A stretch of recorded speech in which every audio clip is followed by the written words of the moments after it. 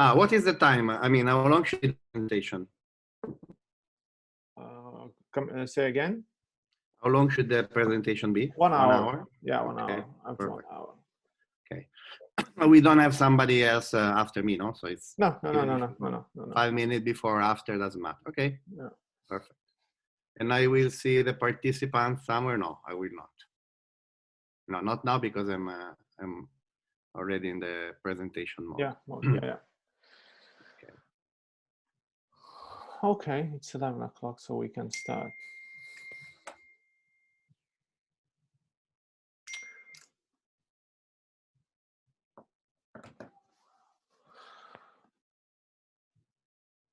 Okay, so good morning, everyone.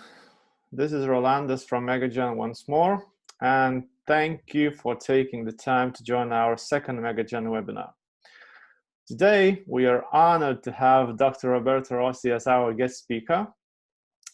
Dr. Rossi graduated Boston Medical University as periodontist, and now he's based in Genova. Also, he's a professor of periodontology in Genova, Padova, Pisa, Chieti, and Rome universities, and he's an honorary member of Bohemian Society of Implantology as well. As this event is live, we will collect all of your questions, so you can text the question in the Q&A session, or you may raise a hand. So time after time, we will be able to interrupt Dr. Rossi's presentation, and he will answer all of your questions. So let me hand you over the panel, and the stage is yours, Dr. Rossi. Thank you very much for the nice introduction. I would like to thank everybody for attending this webinar. We are all homebound, unfortunately, by the coronavirus. Here in Italy, the situation is finally getting better. We are starting to see the light at the end of the tunnel, and I hope that in your respective countries, you will soon be in the same situation. So this is like a war, and gave us time to reflect, to think on what's going to be the world after this disaster.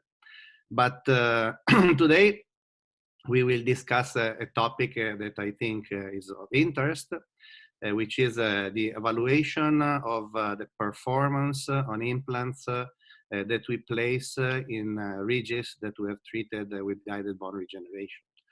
I have been doing guided bone regeneration for 30 years. I started in 1987. So I have quite a long experience, and I've seen probably all techniques and biomaterials, and I had the chance to experience all of these products that we have had in the past 20, 30 years. Of course, we will also listen to what the literature says, because it's important always to have an eye to the publications and following carefully what other research groups say. But I think my experience is quite interesting, because we'll introduce something that perhaps could be quite new for many of you. Well, let's start to talk about ridge defects. Ridge defects are a very common finding in the dental practice. And every time we extract one or multiple teeth, we have to kind of think that maybe one day in the next or in the far future, this patient may want to have a restoration that not necessarily is going to be fixed prosthetic. Fixed prosthetic is still a very viable solution for many of the dentalus patients, but nowadays, I believe that dental implants have given us proof that if we follow the protocols correctly and do the steps right, we get very nice results and that we can maintain them for a long period of time. Well, the ridge defect is the result of human anatomy. We know that human anatomy is not ideal, and the teeth, both in the upper and lower arch, are positioned in a very vestibular area. So the extraction, most of times, creates a horizontal deficiency. And we will see how the volumetric, the volume of the areas changes after extraction. From the etiological point of view, the most common cause for a ridge defect is the traumatism. This traumatism can be a car accident, can be a punch in the face, and I think many of us being locked down at a very difficult time coping with the family and the people, spending more time in the house than we do when we go to work. And it can happen that there are fights in within the family or outside that end up with the traumatism. But in the dental clinic, I would say that we are the enemy of ourselves when we do a traumatic extraction. So we extract a tooth or multiple teeth by pulling them buccally. So sometimes we blow the buccal plate. We carry the very thin layer of bone that is buccal to the roots, and we pay the price. Clearly, patients that had periodontal disease, endodontic fistulization lesion, cystic lesions, are all patients that have already lost a degree of bone. And of course, for this reason, they have already a situation that is prone to create a defect. Implant failure and the peri-implantitis is becoming, like the coronavirus, a new enemy, because being a periodontist between 1987 and 2000, I had only probably 6 cases of peri-implantitis. And from 2000 to today, 2020, the number of patients with peri-implantitis is growing. And I see actually about 3 to 4 patients every week with peri-implantitis now. So this is a problem that is growing, and we have to somehow manage it. As I said before, the human anatomy is like we see on the left side of the screen. The tooth on the left side, we can see the lingual bone or the palatal bone is thick, while the buccal bone, the BB in the picture, is very, very thin. Therefore, every time we do an extraction, the tendency is for an horizontal and backward resorption. Therefore, the top of the ridge goes down and inward. So we have this kind of remodeling that can be slight, intermediate, in certain cases severe. Actually, a very interesting research that was done by Araújo and Linde in Brazil on 250 subjects aging 17 to 66 years old was quite interesting, because proved that the thickness of the buccal plate can be very, very thin, sometimes does not even exist. What they did was to evaluate cone beam CBCT of patients, and they measured the thickness of the bone at 1 millimeter, 3 millimeter, 5 millimeter apical to the cement enamel junction. Well, the finding was that often the facial bone was thinner, less than 1 millimeter thick, and in 50% of the sites measured, the buccal bone was less than half a millimeter thick. This is already an indication that removing such teeth will create a defect. Actually, Karing and Schropp in 2003 did a very interesting evaluation on single tooth removal. So we're not talking about multiple extraction, just the single tooth extraction. And they evaluated by doing radiographic and volumetrical evaluation by matching the stone cast taken before and after extraction. What was the volumetrical modification before and after the tooth was not there anymore? Well, the result was quite frightening, because they showed that within the first 12 months, so 1 year after tooth extraction, the overall volumetrical modification can reach up to 50% of what was the original bone volume. 50%, trust me, is a big volume. So, I mean, not all clinicians have the capability to reconstruct 50% of the lost bone.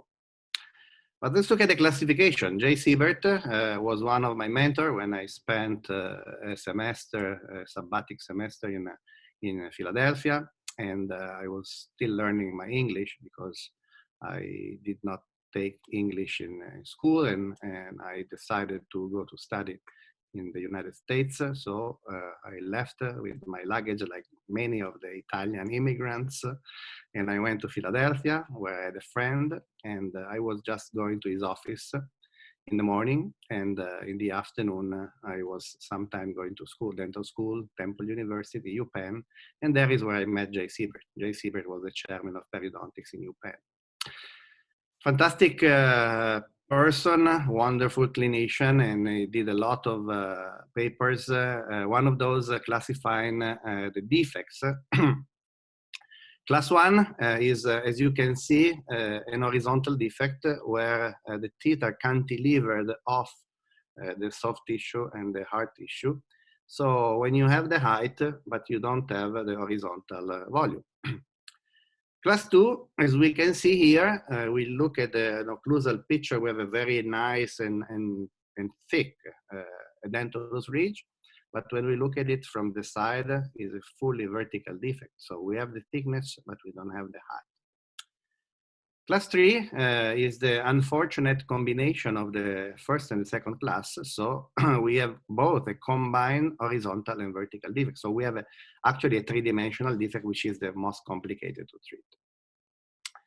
Let's look at the surgical option. What can we do when we have defects like this? Well, again, we go into the PubMed and we try to see what the experts say about this situation. Clearly, the horizontal defect is the easier defect to treat because we have only one component to take care of, to manage.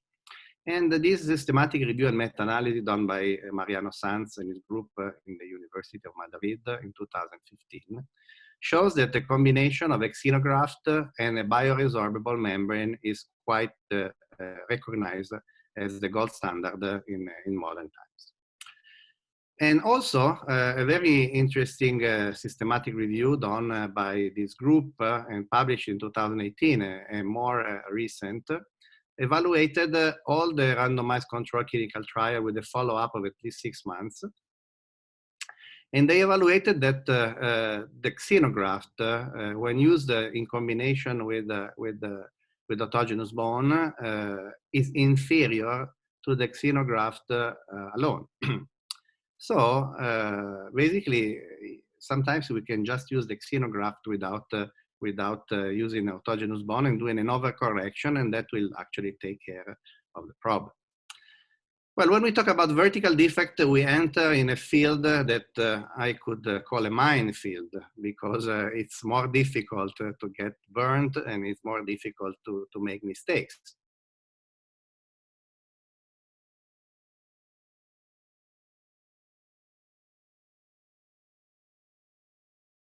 We have for vertical defects, we can use block grafts, we can use interpositional grafts, we can use the box technique or the Curie technique using bony plates, in this case using PLA membranes, or we can use what we have done for many, many years in the past, the use of PTFE membranes combined with a cocktail of biomaterials and autogenous bone, or just with autogenous bone. But all of these treatments are complicated treatments that require instruments, piezo surgery, the sonic weld, screws, pins, membranes. So it becomes also an expensive treatment for the dental clinic. Basically, again, we go back to the international publications, and we this time refer to one of the fathers of this procedure. Massimo Simeon in the University of Milan has been the pioneer, has been the one who first studied and proposed the use of PTFE, titanium reinforced membrane, for vertical ridge augmentation. But in this systematic review done in 2008 with Isabella Rocchietta and Filippo Fontana, he concluded that the generalizability of the approach is very limited. It's very limited. Why? Because unlike many other surgical techniques or dental procedures that we do in the mouth of the patient, to validate a treatment, we need to do a randomized controlled clinical trial. So we need to compare a treatment that we know that works on a certain kind of defect to what we're trying to evaluate. And it's very difficult to find two defects that look the same, with the same anatomy, in the same mouth of the patient, one to the right, one to the left, or one to the upper jaw, one to the lower jaw. Therefore, we have limited informations on these procedures, limited to multicentric, multicentric case report, large case report, or a case series where we try to apply a protocol and see how it works. Actually, Marco Esposito and his group in 2009 did a systematic review for Cochrane, evaluating the different procedures available for horizontal and vertical regurgitation. And he said, well, just like Mariano Sanz, we know most of the solution for horizontal defects, but when we talk about vertical defects, we know more of the complications and the problems that we have than what is good and what is bad, especially when we talk about the posterior resorbed mandible. We know very well that we have a lot of complications. Therefore, he suggested actually to use short implants in such situation, because the short implants have a result that is valuable in the literature, and we know that the short implants are a sustainable solution. And we will see how Megagen produced these short implants, and they're working pretty fine later in the presentation. Actually, this is another meta-analysis and systematic review comparing different techniques for vertical and horizontal ridge augmentation. In this case, vertical ridge augmentation. Considering the implant survival rate, the success rate, and the complication, and the resorption after the implants were already installed. Actually, up to 4 millimeters, when we want to verticalize our defects up to 4 millimeters, we don't really have many problems. The problems arise when we want to go above the 4 millimeters and comparing like distraction, osteogenic, interpositional bone grafts, we have complications. And GBR actually is the one that has less complication when compared to more advanced surgical technique like distraction osteogenesis or interpositional bone grafts. Well, I think that what we did for many years, all of us treated these patients with titanium reinforced membrane, or before then even with non-resorbable PTFE membranes. And Filippo Fontana and Massimo Simeon, again in 2011, actually published a paper describing 7 different kinds of complication that we could meet when we do the treatment of edentulous defects, edentulous ridges with this kind of membranes. So my question is, nowadays, why do we want to embark into a procedure that can open up the way to 7 different kinds of complications? And actually, a very recent paper done in 2019 by the Spanish group evaluated and described the management of complications in 80 different cases treated with non-resorbable membranes. Well, the interesting findings of this paper were that 43.75% of these complications were in the anterior maxilla, so in the aesthetic zone. Well, that is exactly where we don't want to have a complication, because is where the patient nowadays demands aesthetic, demands possibly a good satisfactory result. 20% of the defect of the problems was in the lower left mandible. And majority of these complications were actually appearing before the 2nd month of after treatment. So in a very early stage of the healing, when we don't want to re-enter an area where we want to do bone augmentation, because at 2 months, we know that is when the time when the actually the blood vessels start to form and when the bone begins to mineralize. And therefore, I mean, it's probably a failure of the overall procedure. So this is a severe case. Like in this case, you can see that this was a case treated by a colleague with vertical augmentation above 4 millimeters. And you can see on the left side of the screen that when you recover the implants, it seems like this tissue surrounding the fixture is bone, but nobody has the gut to go and take a biopsy at this stage and see if this is a live bone. And we can see that after the 9 months, the bone is starting to show signs of resorption, and after the prosthetic was already delivered, the bone is completely disappeared. Well, that is why I think coming from Italy and having a background of art, culture, and fantastic artists like Leonardo da Vinci, we learn that simplicity is probably the ultimate sophistication. So when we want to do this kind of procedures, the simpler and the more natural we are, the better we probably are.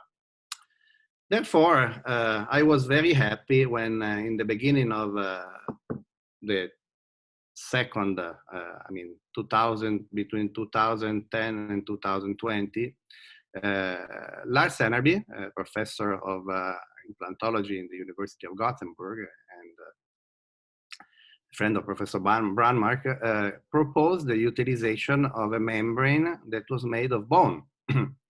So this was a fantastic innovation, because now we have a membrane that is not fake, artificial. We don't have to go back and remove it at a later time because it's bone. So being bone, what happens? Integrates, becomes embedded in the area of the bone augmentation and transforms into vital bone. I was already using it because I was cooperating with a study group that was working on this kind of membrane, and I was very happy to see that the results were quite satisfactory. Research and the development of this product published a lot of basic studies, starting from the small animal, going to the dog, going to the humans. And actually, on the book that we published in 2014, Bone Biomaterials and Beyond, we have 2 chapters dedicated to the treatment with the bone lamina technique. Hannes Wachtel presented the utilization of this technique in the posterior areas of the mouth to solve horizontal defects. And Arne Appe and Christian Slotte presented the treatment of the defect in the aesthetic zone by using this membrane. Michele Antonio Lopez is a maxillofacial surgeon from Rome, and coming from the background of the Curie technique, he started using the cortical lamina as the Curie bone plate as a substitute of the autogenous bone, with very good result published in 2014. But I think the breakthrough publication was the one that we did with the University of Milan and Professor Carlo Majorana and the University of Gothenburg. Basically, we used the cortical lamina in the posterior areas of the mouth. We augmented dentulous mandibles. After 6 to 8 months, when it was time to do the implant positioning, we were taking biopsies from the site that would become the implant site, put them then into formalin and sending them to Gothenburg for histological evaluation. And Professor Nanmark confirmed histologically what we expected to find. So you can see a tight contact between in the yellow box. You can see the autogenous bone that is growing from underneath the cortical lamina, and little by little eating up the lamina and remineralizing this area into new vital bone. New vital bone, because as you can see in deeper portions of the grafted area, we can see the round circles as the blood vessels. So there is angiogenesis, there is formation of vascularity within the bone graft. That means that the bone graft that we placed in this area is becoming alive. So this time we don't have to worry about resorption and stability, because this is actually becoming live bone. Well, we have 3 different versions of the cortical lamina. We have a curved version, we have a soft version, and we have a bone layer. The curved version is probably the one that we can apply in all situations, because being stiff and quite rigid and flexible, can be trimmed, can be adapted to the local anatomy, and can very well stabilize in many different situations. So we can use it for horizontal and combine horizontal and vertical ridge augmentation. The soft lamina, on the other hand, it's rigid at the beginning, needs to be hydrated in sterile saline, warm saline for about 4 or 5 minutes, and it becomes soft like any resorbable membrane. So anytime you would have used a resorbable membrane, you can apply the soft lamina, with the difference, big difference, that this membrane is made of bone. It's thin, so it's 0.5 millimeters. You can combine it with your augmentation procedure. So if you want to place your implants at the same time of the bone regeneration, my suggestion, actually my strong advice, is to use the soft lamina because the curved lamina is 1 millimeter thick and does not have the capability to overcome the area of avascularization, which is the head of the implants. So your head of the implant will probably become exposed at the earlier time when you use the curved lamina combined with the implants. So curved lamina for the staged approach, regeneration and then implantation, soft lamina for combined procedure, bone layer if you want to use the Curie technique, and instead of using autogenous bone, harvesting the bone from the ramus or from the chin or from the tuberosity, you can just take it from the box, apply it with your screws, and that's it. Well, again, let's see the 3 clinical applications: the curved lamina, the flat lamina that can be used, as I said, as a membrane, and the bone. Let's start to see the application of these procedures. And this is a paper we published in 2017 describing step by step what we do to actually perform an augmentation procedure with a cortical lamina technique. Well, here we can see that we have a typical horizontal and vertical buccolingual resorption in the posterior mandible. This is a very classical clinical situation. We can see what is the shape of the defect. Is a C-shaped defect. So the ridge, it's basically curved like this. And we try to evaluate what we would like to do here. The prosthodontist is requiring me to make an augmentation, horizontal and vertical, because he wants to put 4.5 millimeter implant in the second bicuspid and 5 millimeter implant in the molar. Well, seems like a quite difficult task. We will see why. When we were starting to do this procedure, we did not have yet, in the beginning of 2010, we did not have yet the intraoral scanners that came in the market just later. So we're just taking a very good stone cast model, polishing them well, and then seeing the length of the ridge, the width of the ridge to be augmented. We were putting them on the articulator and see what was the interarch space, because if we want to do vertical ridge augmentation, also we need to know that we have the space to place the crowns afterward. If you go vertical too much and then we don't have the space to position the crown, that's the failure of the procedure itself. And of course, a good positioning in terms of interarch relationship. Then we're very lucky that the University of Milan has a software. This software is placing the stone cast on a stone and is making the stone cast rotate 3-dimensionally in the space. So we can actually appreciate how difficult will be the clinical picture is not good enough to show you how difficult is this augmentation procedure because of the thin soft tissue, because of the thin bone. But this is also giving us a measurement of what we achieve, because then after augmentation, a new evaluation like this and a software will subtract the new anatomy from the old one and give us exact measurements of the vertical, horizontal, 3-dimensional augmentation that we achieve. Then we prepare this area by doing a horizontal incision on the middle of the ridge. We split the keratinized gingiva. We trim our cortical lamina with scissors.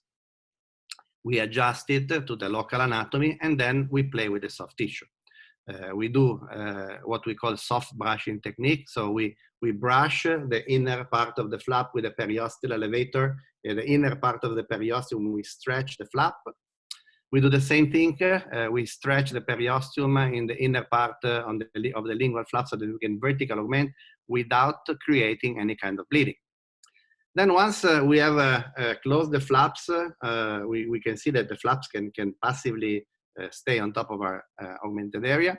We drill intramarrow penetrations because we want to have the participations of the cells coming from the marrow spaces to basically give the signal to the cells to start to create the vascular endothelial growth factor is the one that will recreate what we have shown you histologically, so the blood vessels. And we need to have these cells to produce this push. Then we can put our bone graft, and you can see that even before the lamina, the augmented area is about 1 centimeter wide. So we have a large area of augmentation. We put the cortical lamina in place, and the first suture is an horizontal mattress, and then we close up with single interrupted, or like in this case, continuous locking suture. You can see at 7 months difference, the time that we had a nice augmentation. We had a slope, now we have a hump. So basically, we go back to do a new CBCT, and the new CBCT shows that we got what we expected. So we got a nice ridge augmentation.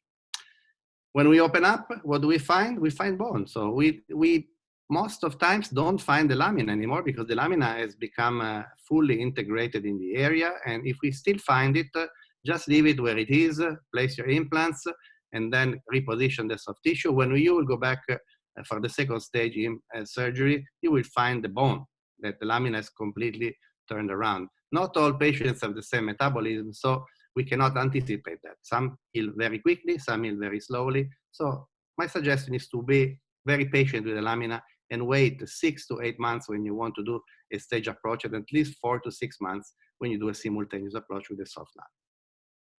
Well, the 2 implants were placed.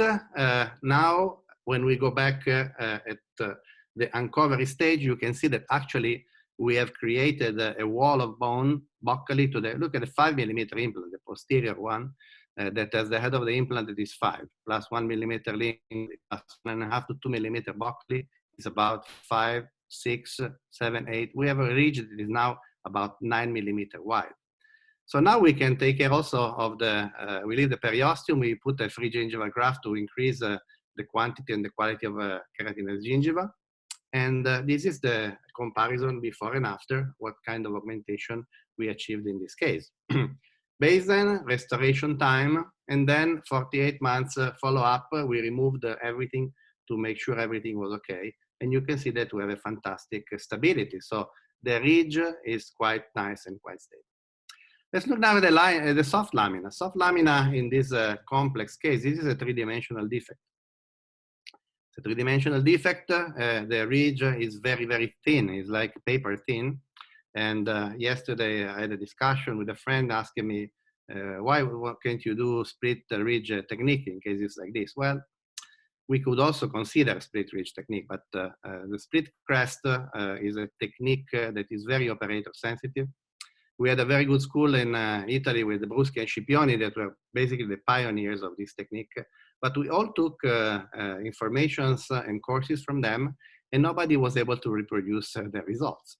So I think it's a technique that was a little bit left in the corner because we cannot anticipate the way the bone will heal, the way the implant will heal. Sometimes we put the implants in one position, we find them in a different position because the maturation of the bone shifts to different positions. So I think it's something that is feasible, but requires skills that not everybody has.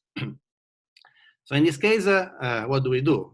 We try to correct simultaneously the vertical and the horizontal defect as well. So we place the soft lamina, as you can see, enveloped under the palatal flap. We do the bone augmentation, mixing the bone graft with some autogenous chips and with the blood clot of the patient. It becomes very sticky. In this case, using collagenated porcine bone, we create a sticky bone just by using the blood clot of the patient. Then we reflect the soft lamina to the buccal aspect, and the flaps keep this situation stable. Well, the suggestion is when you have in mind to use a soft lamina, possibly, if you don't have a positive situation like this where the flaps can hold this in place, use stabilization pins. So pin the lamina because you want to make sure that nothing moves, because the movement in the graft can basically compromise the healing and can compromise the maturation of your graft. So we put two horizontal mattress sutures that have the goal to keep the lamina against the bone and coronally advance the flaps. And then we close with crisscross horizontal sutures or just simple interlock stitches. Same procedure done in the lower arch of this patient. Here we need more of an horizontal augmentation rather than horizontal and vertical like in the top. The placement of the bone graft, and then the lamina curved, and then here you can see how the horizontal mattress suture keep the lamina against the bone and coronally advancing the flap.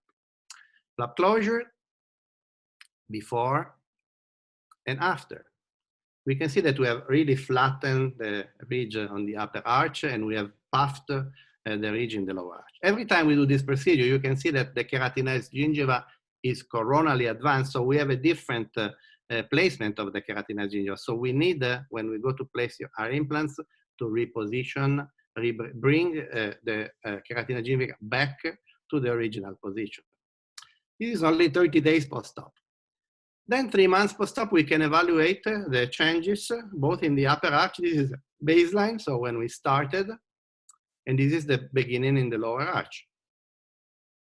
3 months post-op, you can see how much we gained. We are gaining, actually, because we're still in an evolutional phase. And in the upper arch, really, we have a big, large difference in this case. Well, we're very lucky that Megagen developed, I think, one of the most advanced and sophisticated programs for guided implant surgery. And I have used I have 7 different implant navigation systems in the office, but I think the R2 Gate was the one that really had solved most of the problems that all the previous implant navigation system had. It's very easy to use because basically all you have to do is collect the data, send the data to Megagen, and Megagen will do upon your indication the preparation of the case for you.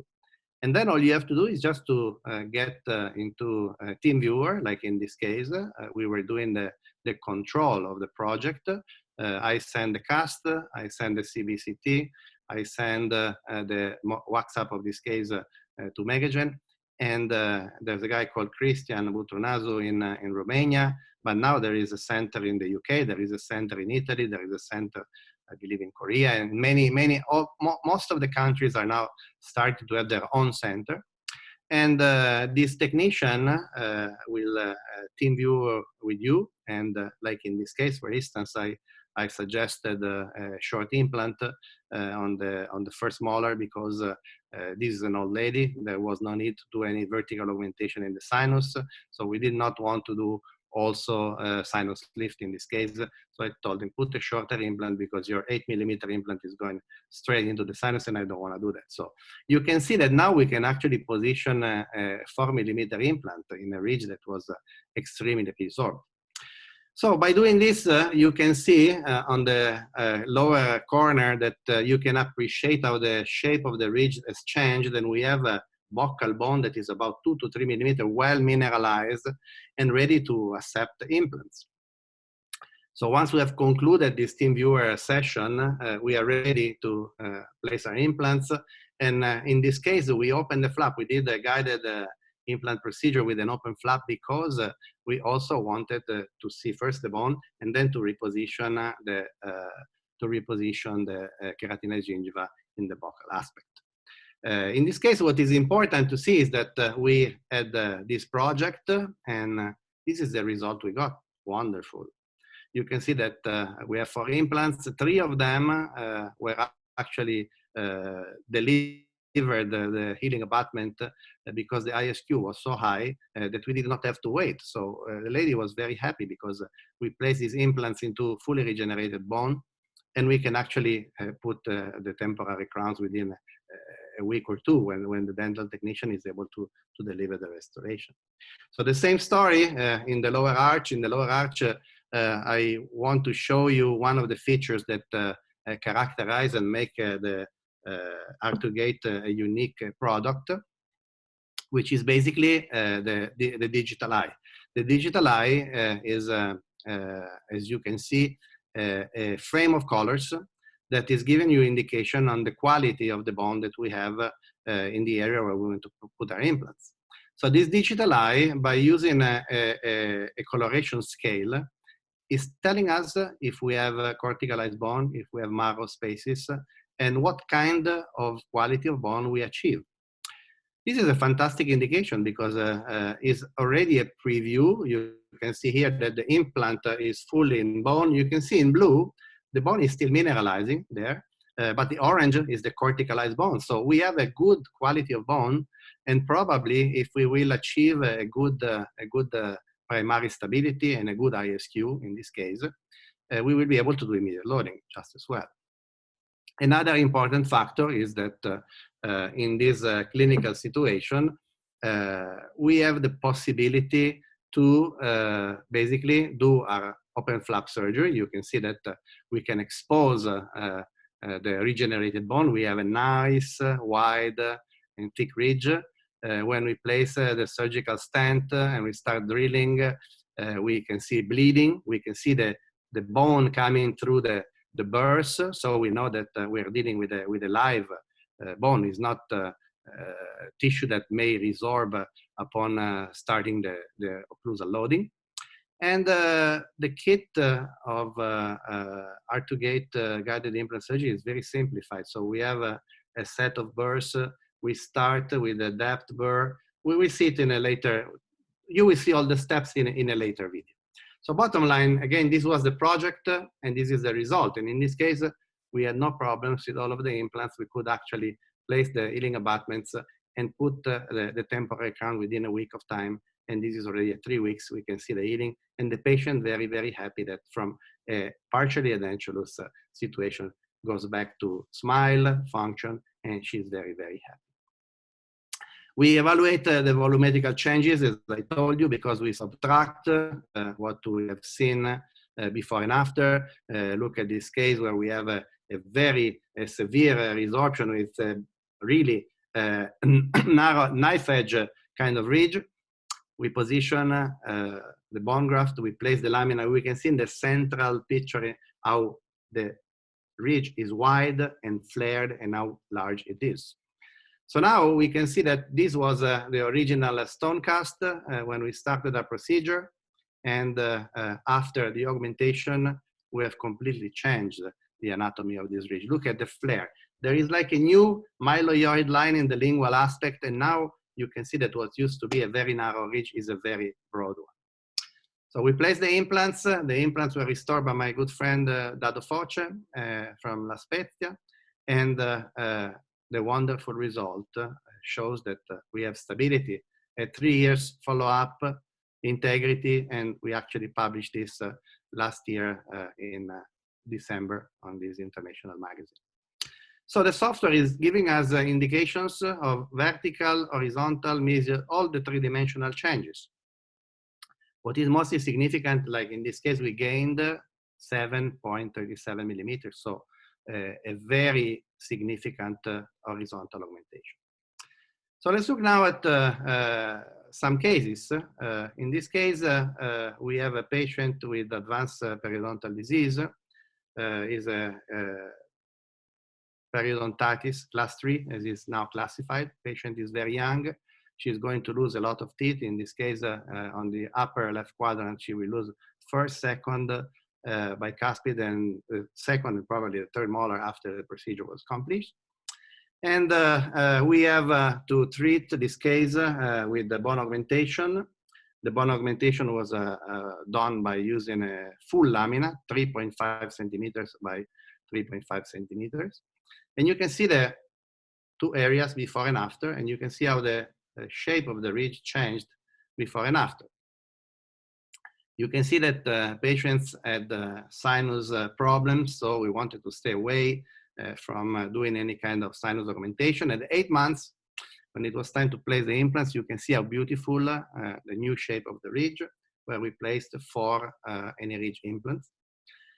And even if they look very small and lost in space, the two posterior implants are actually 6mm implants. So they're very wide, but they look lost in a now 1 centimeter wide ridge. Well, the very interesting finding is that when we returned for second stage, you can see that the bone was growing on top of the fixtures, and I had to take a burr and carve the bone to being able to expose my fixtures. And you can see it's bleeding. So if it's bleeding, it's alive, and that was a very good sign. So now we put some temporaries on our implants, and we start to evaluate the mineralization of the ridge. So what we found in the past was that after loading ridges with prosthetics after augmentations, we were losing 1 millimeter, 1.5 millimeter, sometimes 2 millimeters. So the CRESTAL portion of the ridge was actually undergoing some kind of remodeling or resorption. Well, this is how the augmented area actually increase and improve their stability, because I think the mineralization of these ridges is continuing for over the 8 months, 1 year that we place the lamina, and the remineralization coming from the bone underneath the cortical lamina further stabilizes these procedures. So this was the temporaries. Then we decided to do some deepening of the vestibule because of the history of periodontal disease of this patient, and look at the ISQ. The ISQ of these AnyRidge implants placed on a dentulous reconstructed ridge was 87. Very nice number. And look again the story of the case, before, after augmentation, with the shaping of the soft tissue, with the final restoration in place.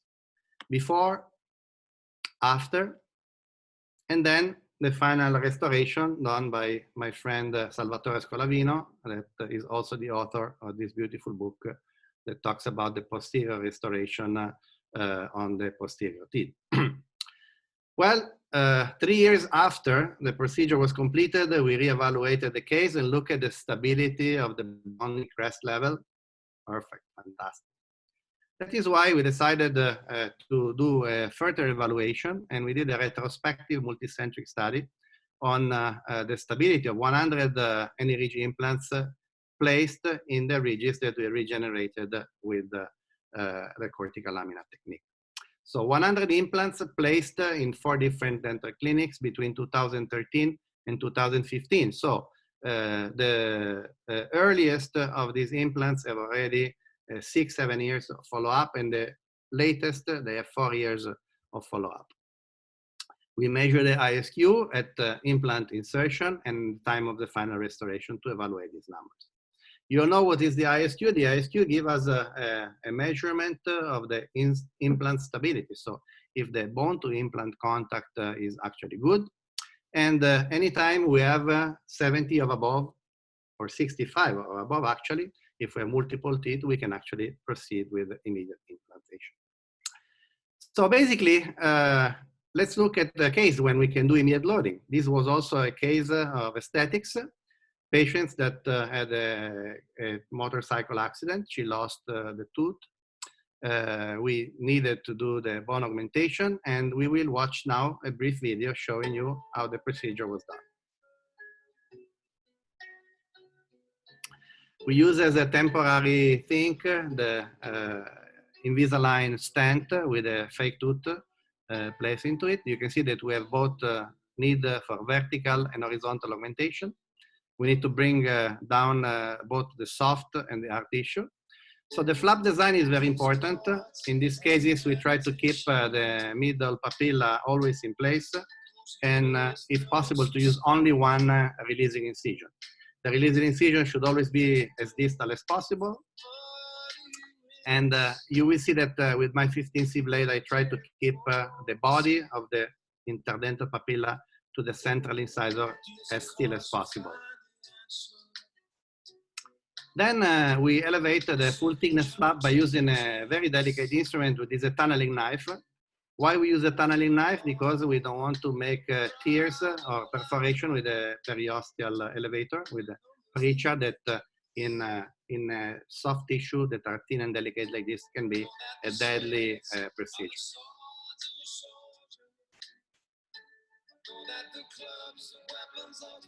So now when the patient is starting to create a blood clot, we collect the blood clot.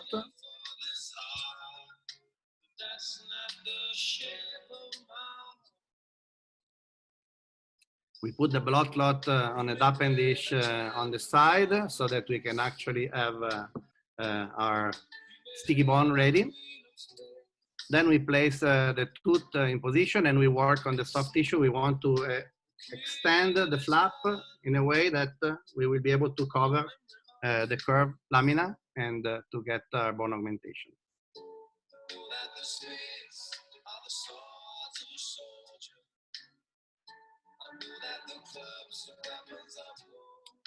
Now we prepare the cortical lamina. So we take it from the box.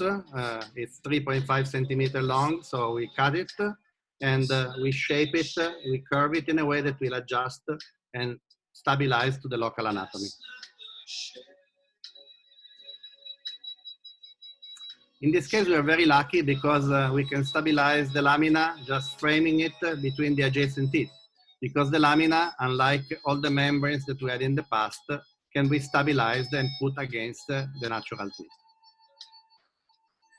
We slide it sideways and then we twist it so that it will block into position. Now we prepare the recipient bed by placing the intramarrow penetrations. We make this area bleed.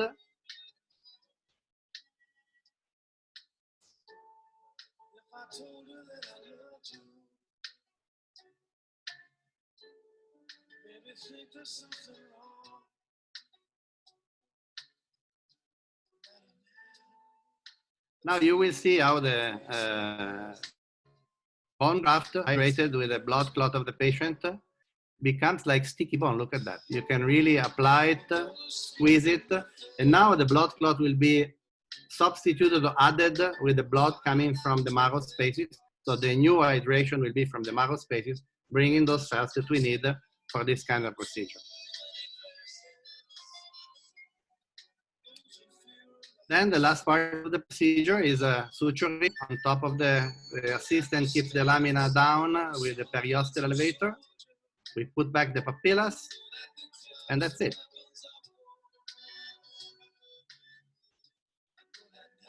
So we basically have reached what we want with a passive, very tight closure of our flap, see, and a very nice flap adaptation. So 8 months down the line, when the patient returns for reevaluation, we take a new CBCT, and we can appreciate in red what used to be the original ridge shape, and in white we can see, actually we can really see the lamina integrated in this area, and also the quality of the bone that we have achieved. So we take some picture, we do some digital planning of this case. Now we have the intraoral scanner. This is a more recent case, so we can scan this area. We can do the scanning also of the soft tissue. And then we go into the R2 gate because we want to try to see if we can do our procedure and if we can achieve a good primary stability. We will see that the quality of the bone will be amazing. We can think of doing immediate loading in this case. So as you can see, I'm doing my team viewer session with the technique of Megagen. I don't want to place the implant in this position. It's too buccal. I want to translate my implant, tilt the implant more lingual, and the tip of the implant more buccal. You can see that we have a wide space. In this case, I have no problem. And look at the quality of bone. Where you see orange, orange is cortical bone. So we have very, very good, we have a very, very good quality of bone. So we can foresee that in this case, we will be probably able to make an immediate prosthetic restoration if the ISQ will respond very, very well. So let's look now at the step-by-step procedure done by the R2 gate. First, we do the anesthesia from the palatal aspect using the wand device because we want to be able to take videos, pictures, and make the patient smile and be cooperative in this procedure. Then we test the stability of the R2 gate stent. And you can see the stent very well sits on the adjacent teeth. We start with a guide drill. The guide drill gives us the position, the axe, the direction of the implant.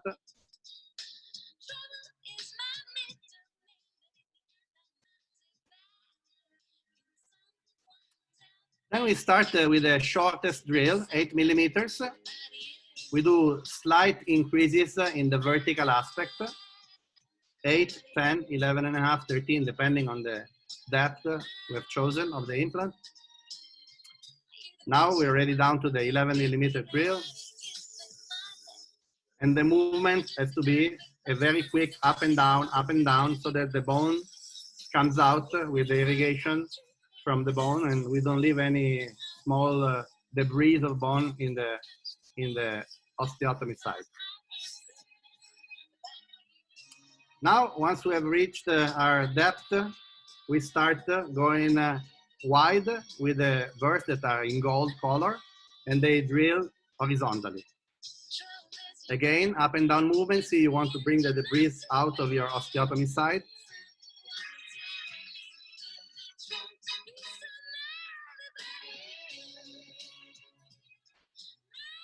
Now look at the traumatism for the patient. It's like a mosquito bite, really nice and fantastic soft tissue conditioning. So we insert the AnyRidge implant, and you see there is like a window, a square window that defines the position of the head of the implant, the X. So when we see the green mark appear into this box with the black line on top, we know that the position of the X is the one that we designed, and we can actually have the abutment prefabricated or the temporary crown that was prefabricated by Megagen ready for you. Now we test the ISQ, and in this case, the ISQ was 84, and we were ready with a temporary crown to do the immediate temporarization. You can see that the implant mimics very well the anatomy of the adjacent tooth. The temporary crown is healing pretty well. In this case, the patient can carry the temporary for 1 or 2 months so that the soft tissue settled very, very well. Then we wanted to improve the quality and the quantity of the soft tissue. So I took a thick, full thickness connective tissue and epithelial graft from the palate. We removed the epithelium. We did a vista technique. So I did my incision from the top and brought the connective tissue graft from the top down, and I shaped it to reinforce and make better the mesial and the distal interproximal papillas. So this is the way the patient was with the prosthodontist. We did laminates on the lateral incisor, central incisor, and other laminar incisor, and this is the final result that was quite appealing and quite prestigious. Actually, the patient is an actress. She plays, she's a play actor. And we were very happy because last year when she started, she went to do a play. She posted this series of pictures on Instagram and Facebook. And it was a very good advertisement because she could actually smile, have a back to her normal smile and her beautiful smile. Well, some of the data of the research we have done, the distribution of the defects, when we have pretty much horizontal defects, like in this case, we did 2 lamina augmentation, one to the right, one to the left. We did some connective tissue augmentation of the soft tissue in the anterior area. And you can see how the 2 AnyRidge implants perform very well, both in the soft and the hard tissue. We can see the changes, the improvement, the average was 7.8 millimeter, 8.2, 6.9, 8.4 in the different centers. So the augmentation is quite significant.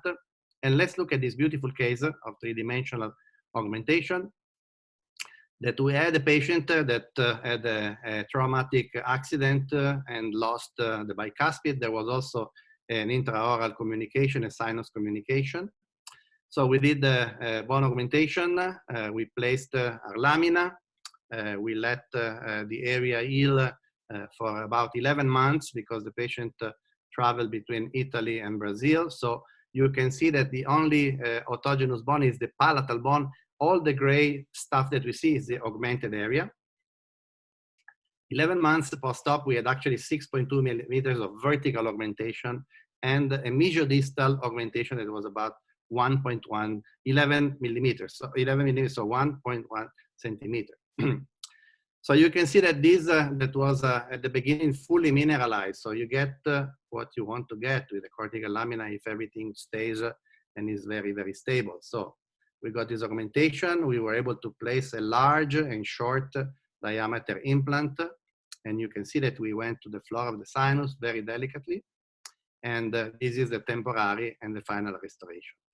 Actually, this case turned out quite well. We published it on the magazine that is called Implantology, Implantology and Digital Dentistry of Quintessence in Italy in 2018, 2 years ago. Well, the ridge height, the average vertical gain goes from 2.6 to 4.2 millimeter average. So it's a quite good result. But I want to show you a very extreme case to finish my presentation, just to encourage you to see that there are no limits for this procedure. If you combine a good GBR procedure to a good implant, you can really push the limit to the sky, I would say. So here you can see that we have a compromised area with a severe three-dimensional defect. We should not aim for too much. We should be happy to place short implants here. There is a failing implant that has only 1 millimeter, one thread, one of the last thread in place, but after it is removed, all the granulation tissue, and after healing, you can see that you have a defect that is 1 millimeter from the top of the of the mandibular canal, and no horizontal component, just a bit of the palatal bone, 15 millimeter horizontal defect. So the ridge is very, very thin. We have very, very little space on top of the mandibular canal. We perform our augmentation, the bone graft, the lamina, some PRF to improve and give more stability to the soft tissue. We can combine this procedure. You can see the suturing, and you can see the defect that was 1 centimeter wide about 9 months after augmented. And you can see that also we got 2 or 3 millimeters on the edentulous ridge on the distal aspect of this area. So very good result. This was the beginning. This is after the implants have already been placed and restored with the temporary crowns. These are the short implants of Megagen that perform very well in situations like this. So fantastic stability, fantastic ISQ, and a great result, and maintainable for the patient, and can actually go with the Proxa brush under these situations and clean very, very well. So where we had a 10 millimeter hole, a big canyon, we have now a 10 millimeter AnyRidge implant with perfect ridge stability and with perfect performance for the patient. In terms of success rate, out of these 100 implants, we lost 2. And the 2 implants we lost were narrow implants. So were 3 millimeter implants that in areas where we were not able to achieve a good augmentation, we put small implants, and those unfortunately failed. One in one center and one in the other center. But in the other 2 centers, the average of success was 100%. So if we compare it, my good friend Luigi Canullo with his group in 2012 evaluated success rate of dental implants inserted in horizontal and vertical GBR situations, so a systematic review, showed that GBR is a predictable technique that allows the placement of implant into atrophic areas. And despite that, of course, we need to have studies that will evaluate long-term follow-ups. So the fact that we have already 6 to 7 years in our research is already considered a good long-term follow-up. So the average in this case is evaluated was from 61.5% to 100%. What makes 100% result? Patience. Being very patient, waiting the healing of these areas, not rushing the healing, and waiting for the biology to take place, for the body to heal. If we can let the patient heal with the proper amount of time, we get wonderful results. And in those cases where we have complications or insuccess, instead of being disappointed or being frustrated or being somehow upset, well, try to understand why you had a failure. As Winston Churchill said, success is the ability to go from one failure to the other without losing enthusiasm. And my suggestion is to try to learn from the failure and understand what could have gone wrong, why you had a problem, so that the next time you will not make the same mistakes. So if you take videos, pictures, and document your case, you will surely understand what was wrong and why you made a mistake. So in conclusion, the cortical lamina can be used as a one-step or two-step vertical augmentation, horizontal augmentation by material. AnyRidge implants, if you are already a user, know probably very well how they perform well into the natural bone, and they perform even better into regenerated bone.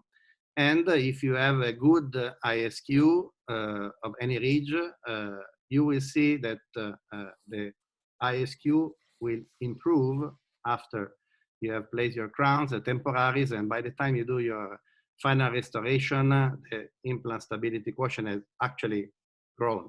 So you start 85, you finish 87 or 91. So this is a very good sign of implant stability that will probably guarantee the success rate and survival of your procedure. Well, on behalf of the Italian Academy of Aesthetic Dentistry, European Society of Cosmetic Dentistry, I would like to thank you very much. I hope this information was useful for you, and will encourage you to take another step in treating cases of complicated ridge defects. The combination of Megagen implants, R2-gate navigation system, and these biomaterials can really open a lot of doors for you and for your patients to happy smiling, happy chewing, and probably happier life and better life condition. Now, if we have questions, I will be very happy to answer all your questions, and thank you very much for your attention. Thank you, Dr. Rossi, for your outstanding presentation. As I see, we didn't receive any questions, so either it's very clear or either it wasn't so, but I hope it was very clear for all of the attendees. I don't think anybody should be afraid to ask questions, because I don't bite anybody, I don't eat kids, and if you have any questions, I will be very happy to answer it. So you can raise your hand and type it in the, or you can actually open the video for those that are interested. I'll be very happy to answer it. Yeah, and on the meantime, I would like to ask you, Dr. Rossi, maybe you would like to give us a little information about your planned Think Outside of the Box course, which you're doing by your own.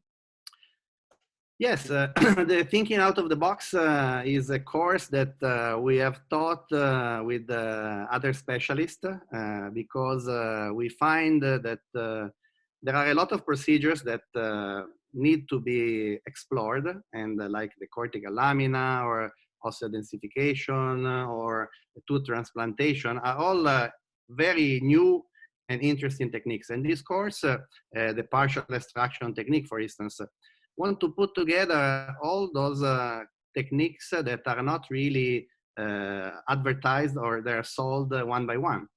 So probably what we want to do in this course is to try to really help people thinking out of the box and exploring new techniques and new adventures. Okay, and where to find that type of information? Maybe you have a website or something like that. Well, what we wanted to do was to do it live and in Italy, but because of the coronavirus, I think it is very likely that we will do this course online. It will not be the same, but I think will be safer for everybody to do it from home, and you will have the possibility to interact like just we're doing now, and hopefully there will be plenty of questions when we will do this course, and we want to make it as interactive as possible. And the fact that we can use Zoom and host up to 100 people or 1,000 people if we use the more advanced platform will probably be quite an interesting and popular course in the future. So we will talk about it. All right, that sounds perfect. So in closing, I would like to say once again, thank you very much for your really nice presentation. I hope all of the attendees are really happy about that. Well, I see maybe some question. No. Oh, what is the post? Ah, there is a question. Yeah, there is a question. Okay, what is the post-op waiting time after cortical lamina application? Well, the post-waiting time, as I said, you have to be with these biomaterials very patient. Oops, sorry. Sorry. I went too far. We have to be very patient, and we cannot foresee what is the metabolism of our patient. We have no way to test if somebody will heal fast or slow.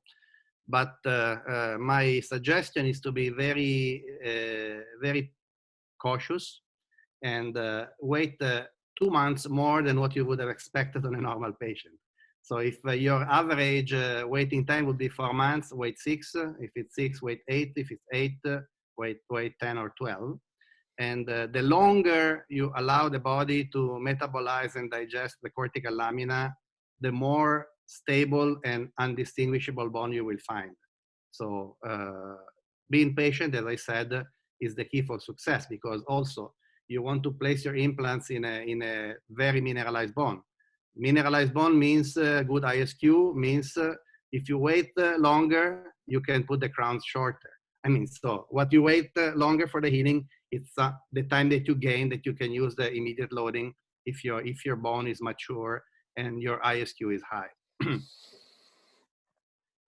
Okay, thank you for your answer. Any more questions? I saw somebody raise the hand while I was doing the presentation. I don't see. They raise the hand, but if they don't ask the questions, I cannot do anything about it. Yeah, he was just waving to you. So. Okay. So it's my friend Zaki. I say hi to Zaki. I hope you're fine and your family is okay, and everybody in the UK and London is safe. Okay, so the next Megagen webinar will be held in next Wednesday on April 29th at the same time, when our guest speaker will be Dr. Claudio Stacchi. There is one more question. Yeah, but I will do that. Or we have 2 more. How much to expect after they remove the pin fixation? Well, the pin fixation are removed usually when you go to place your implants. So if they surface earlier, because usually they are in the vestibule and you can see them often popping out of the alveolar mucosa, you can just unscrew them whenever they come available. Otherwise, when you go back to place your implant, I don't like to leave the pin, and I remove them when I place my implants. Okay. So, any more from the audience? If not, we can actually open the microphone if they want to ask the question live. We can do it face to face, no problem. Yeah, just raise the hand. Just raise the hand, guys, and you will be able to do that. I'm gonna unmute you for this. Okay. So, but before that, also, I would like to promote one event as well. We're doing maybe in several hours at 7:30 p.m. Korean time, we're doing live surgery session, implant placement and immediate loading with Artigate, where the GBR is required as well. So if you guys, all of you are interested in it, so please visit www.megagen.co.kr/live/surgery, and there will be able to see the whole live surgery session as well. So if no more questions, I think we can end this session. Third time, thank you once again, Dr. Rossi, for everything. Thank you very much. It was a pleasure for me, and I hope people have enjoyed it. Yeah, and thanks for the audience, and see you next time on 29th with Claudio Stacchi as well. Wonderful. A good friend and a very good clinician and very good data, because he is also doing LAMINA research, and we have very similar results. So you will be very happy watching his lecture. Yeah. All right, guys. Thank you once again, and stay safe, stay healthy, stay at home, and see you soon somewhere. Okay. Goodbye, everybody. Goodbye. Bye. Bye. Bye. Bye.